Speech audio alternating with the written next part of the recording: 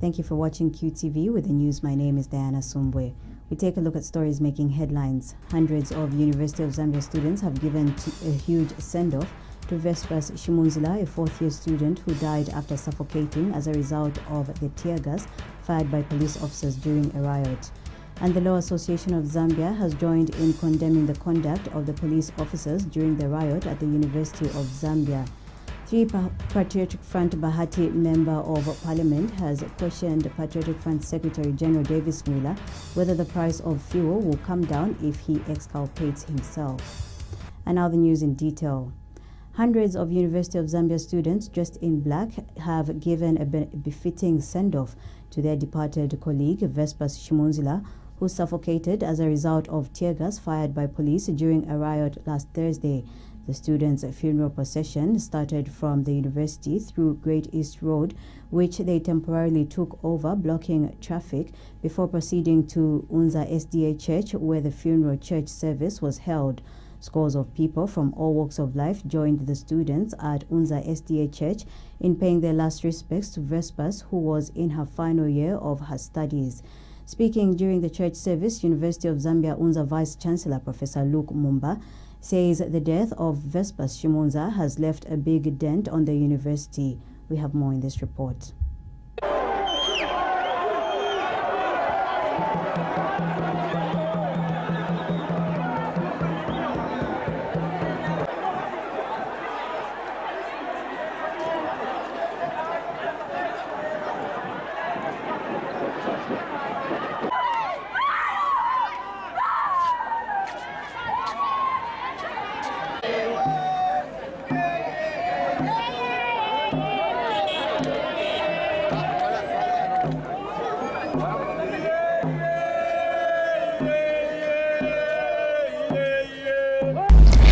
These are University of Zambia Unza students. They have turned up in their hundreds to give a befitting send-off to their fellow student Vespers Shimunzila, who suffocated as a result of tear gas canisters fired by the police during a riot at the University of Zambia Great East Road campus last week. The students, dressed in black, conducted a funeral procession during rush hour from the university to Manda Hill Bridge, blocking traffic on the Great East Road as they paid tribute to their departed colleague and demanded justice over her death. Some students I spoke to had this to say. What caused this death? Okay, the issue is we don't have a union to represent us. Yes. Okay, you may find that if there is a problem, students will confront those representatives. Now, in our case, we had no one to follow. And if there is anything wrong or if they don't have money, at least they communicate. Communication is power. Yes. Students cannot stay without knowing what's happening. Okay, and to the country policemen, I think it's so unprofessional to start following students in their rooms. Okay? It simply shows that when someone is in his or her room, he or she is not participating in rioting. We want justice! During a funeral service held at the University of Zambia SDA, Unza Vice Chancellor Professor Luke Mumba appealed to the people of Zambia to ensure the University of Zambia remains a symbol of the nation, irrespective of their differences. It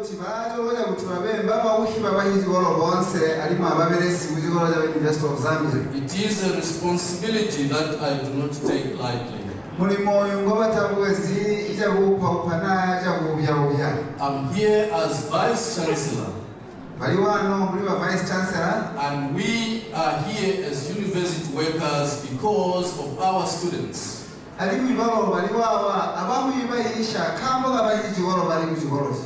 custodian of our university, I am heartbroken. Speaking at the same funeral service, visitor Shimunzila, cousin and best friend to the deceased, described her cousin as a very hardworking, intelligent, and naturally gifted person who was passionate about her academics. Studies involve sacrifice, determination on the part of students and the parents.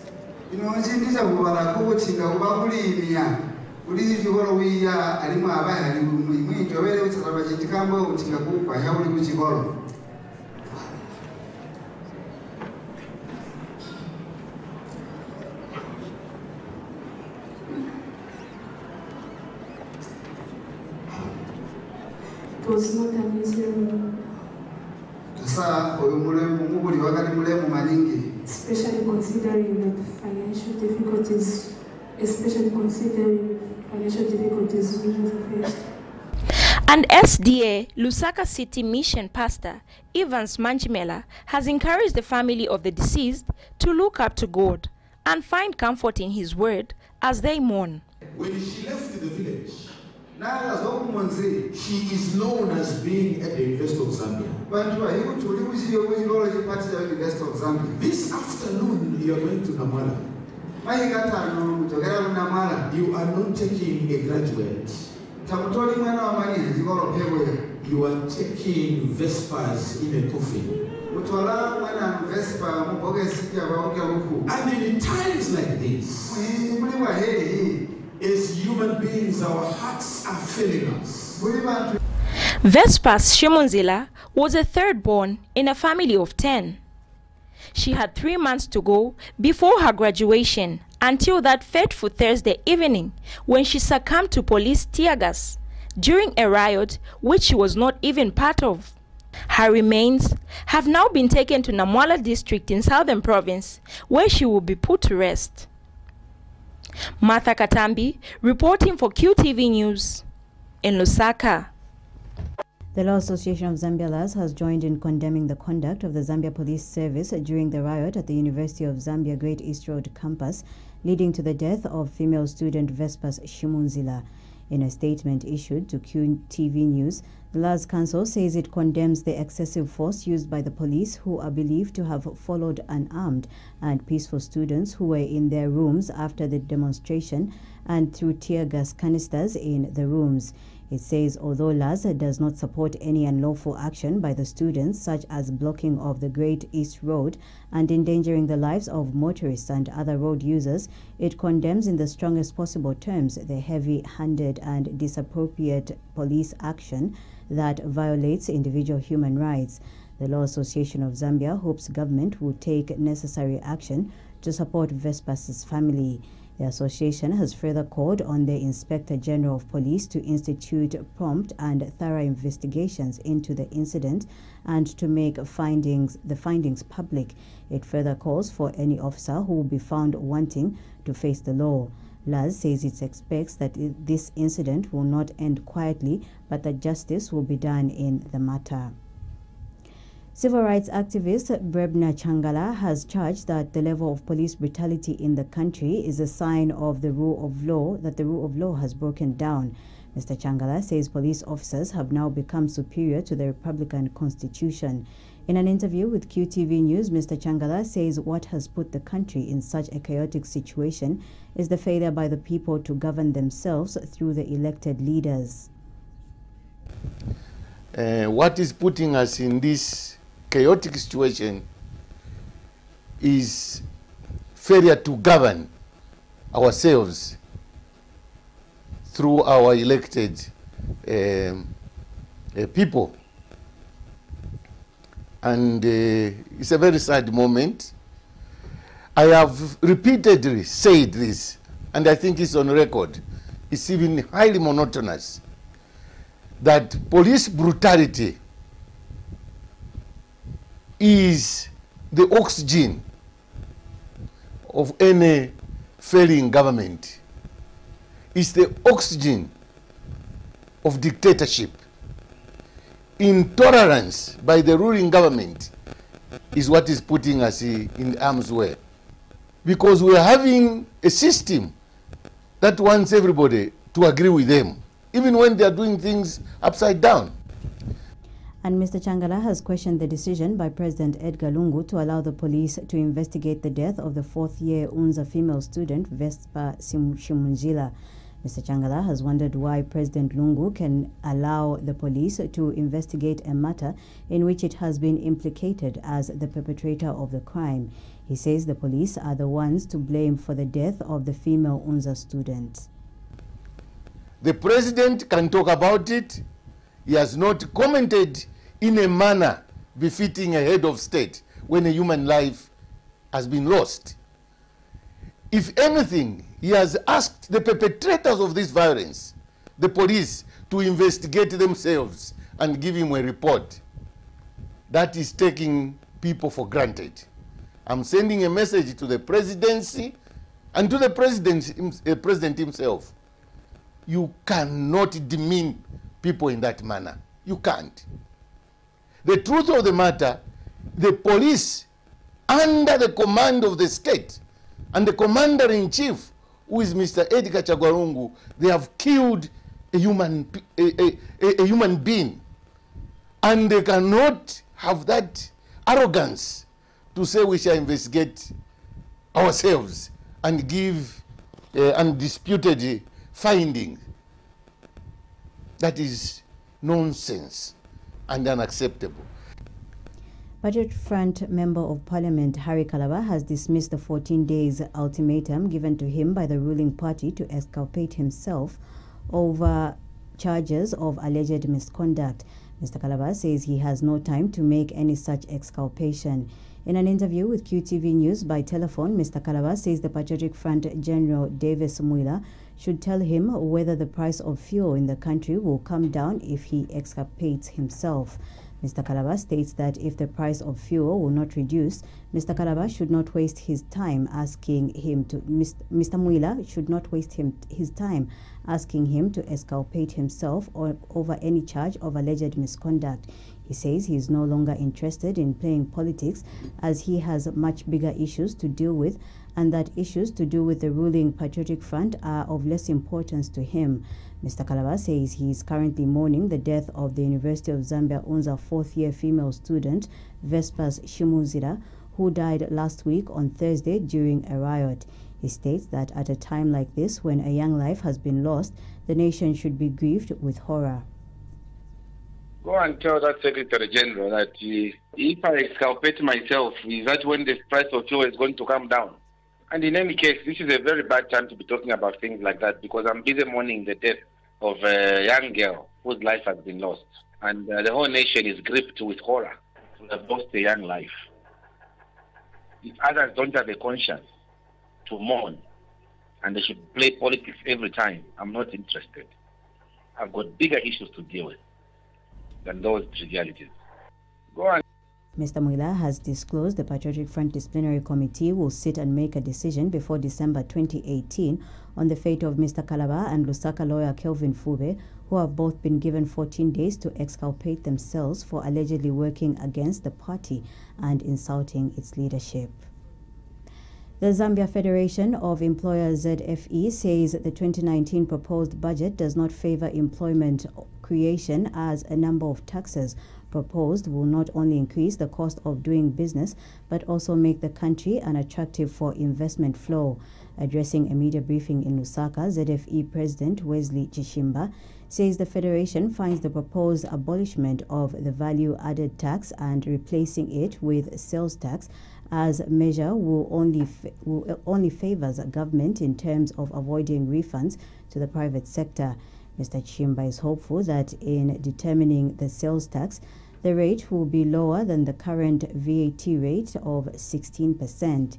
He says other notable taxes proposed in the budget, which ZFE is concerned about, include the 30% restriction on the interest allowable for deduction for tax purposes, which he says is not only detrimental to the business community, but also to government, as most businesses in Zambia start and expand on borrowed funds.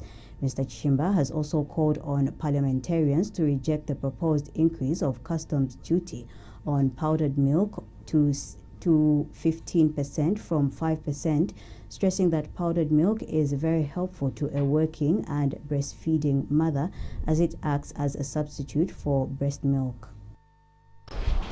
The ZFE is, however, concerned to a great extent that when it comes to most of the new taxes proposed, we find that the proposed budget is not in favor of employment creation, as a number of taxes proposed will not only increase the cost of doing business, but that if implemented will make the country Zambia not attractive for investment flow.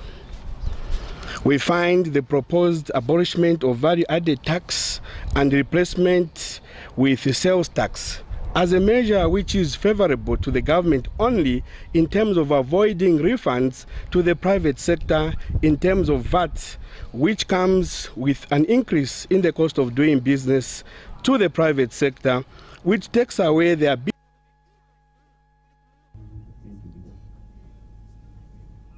And on the changes to the mining tax regime, the ZFE president has proposed that government engages the sector players on the proposed tax regime changes so that there can be a win-win mechanism of taxing mining companies.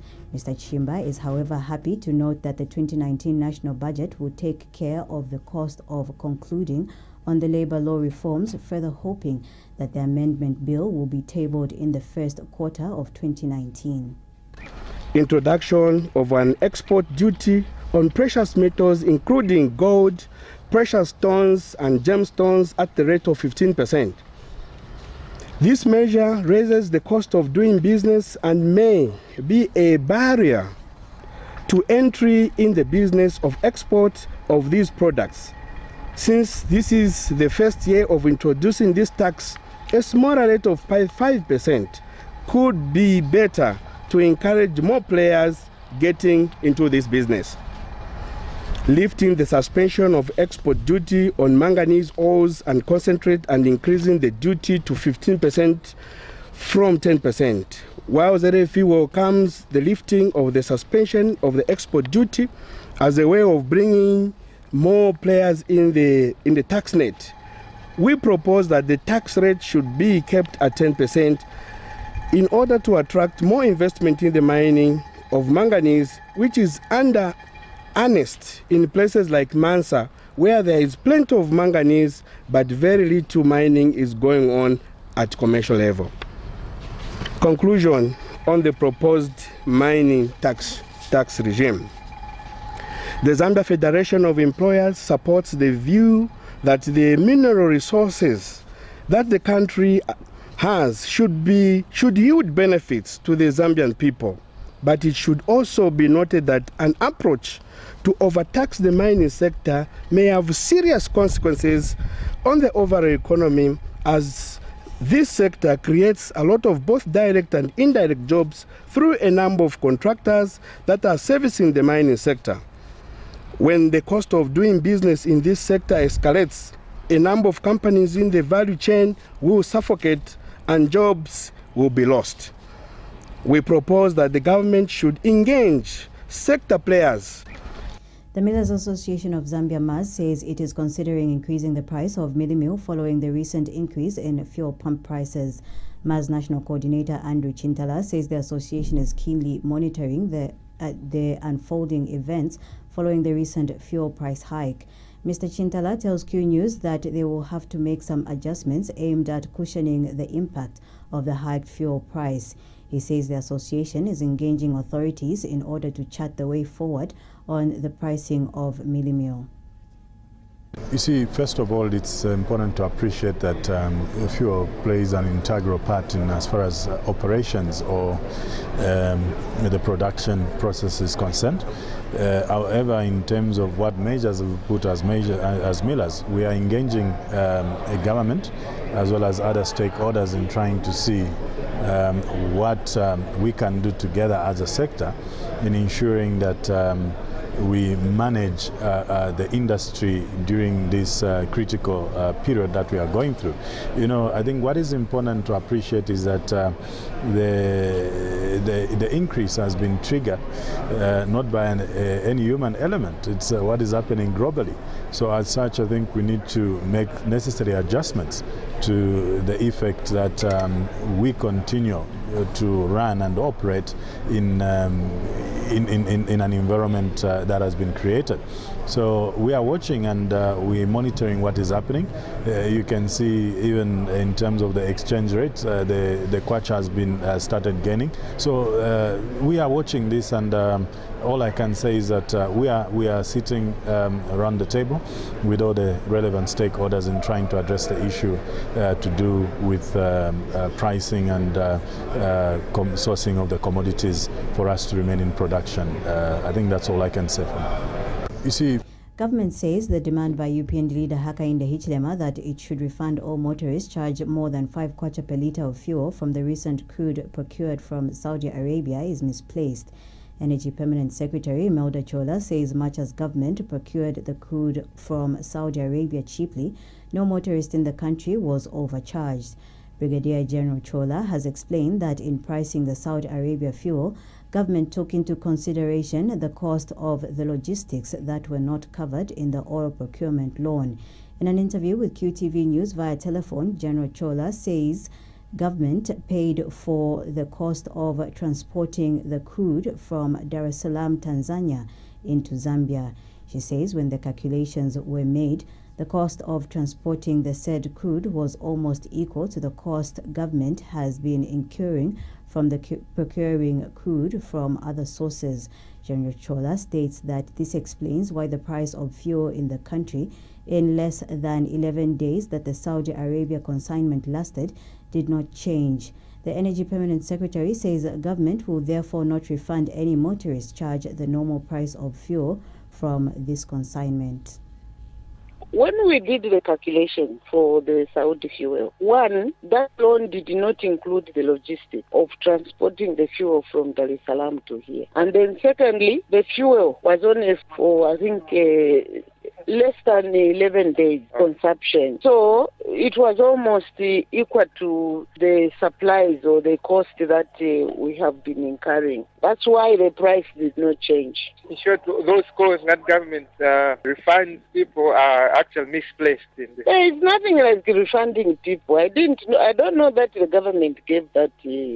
Okay, there were some speculations that the fuel price was going to reduce to 5 kwacha, but that was before the calculations were done. So when the Saudi fund fuel came, we did the calculations, the permutations. Okay.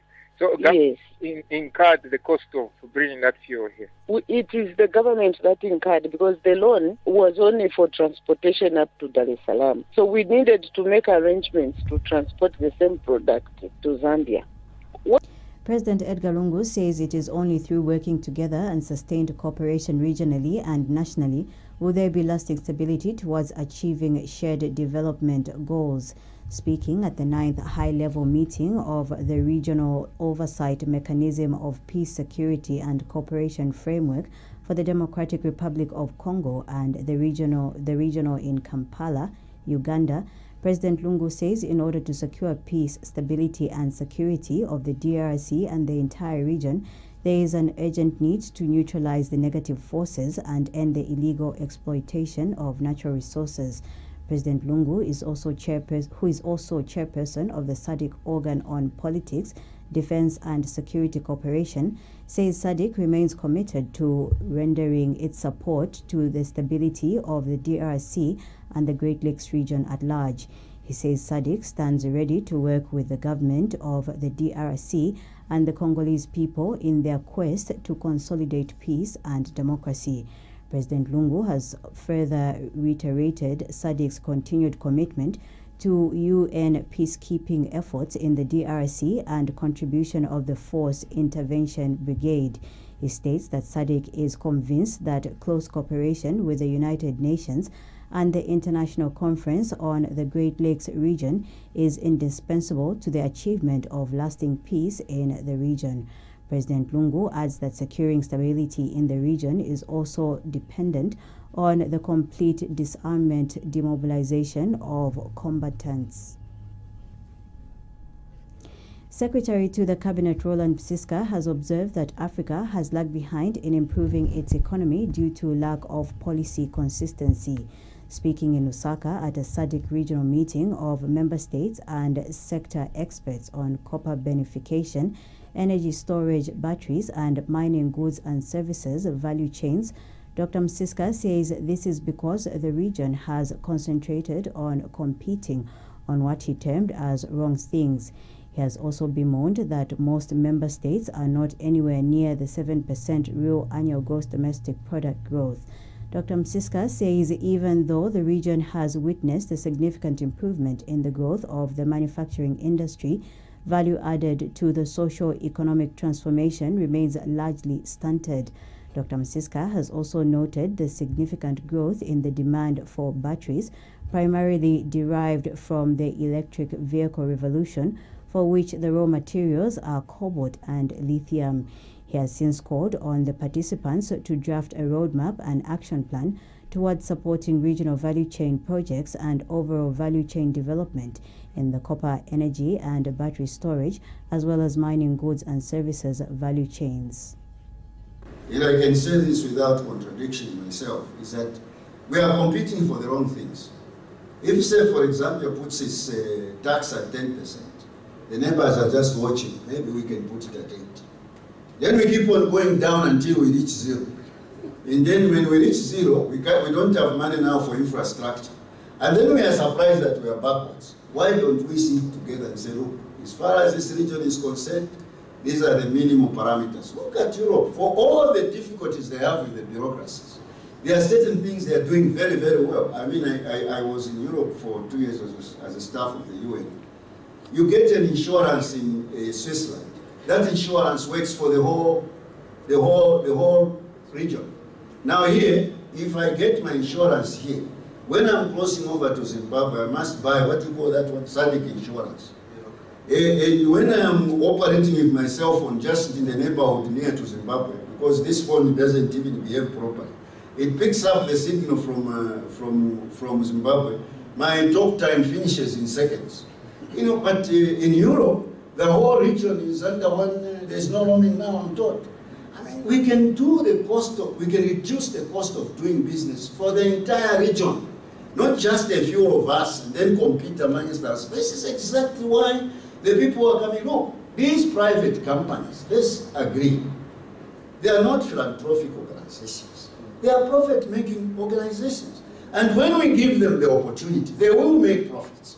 Let's not even quarrel with them about it. In fact, that's what they should be doing. In fact, I sometimes think even this thing you call social policy, what you call that nice thing, social policy. No, in fact, maybe they should stop doing that and just pay taxes. It will be okay. Right? So you great ones, please understand, at the end of the day, if we keep on competing, we will race to the bottom. And when we race to the bottom, we all fall down in the bottom and nothing is going to happen. We must get to a place where we have coordinated strategies in dealing, whether it be with investment, research, technological innovation, the way Europe is doing. Speaking at the same meeting, Minister of Commerce, Trade and Industry Permanent Secretary Kayula Siame says there is need for the regional commitment to developing a well-linked industrial base built on value addition to the readily available resources while tapping into the international investor communities for the appropriate technologies and markets for finished goods. I'm particularly happy to note that the coverage of the selected value chains because are the ones that will cover something that will ensure that all of us who are here can participate at a regional and at a global level in terms of the manufacturing of batteries for electrical vehicles, as well as other stationary energy storage sources. And as you know, the inputs that are required for these devices are actually available in our countries. So it's very important that we make and utilize this, especially when we talk about copper for Zambia. We know that we have all the inputs that are required for this. Ladies and gentlemen, as we deliberate over the next few days, I want to urge you all to engage and be active in your participation so that at the end of the workshop we'll have developed a very practical regional action plan that will support our value chain as we move forward towards our industrialization agenda. To end the news, we take a look at stories making headlines. Hundreds of University of Zambia students have given a huge send-off to Vespas Shimunzila, a fourth-year student who died after suffocating as a result of the tear gas fired by police officers during a riot. The Law Association of Zambia has joined in condemning the conduct of the police officers during the riot at the University of Zambia. Patriotic Front Bahati Member of Parliament has questioned Patriotic Front Secretary General Davis Wheeler whether the price of fuel will come down if he exculpates himself. On that note, we come to the end of the news. From me, Diana Sumbwe. Thank you for watching.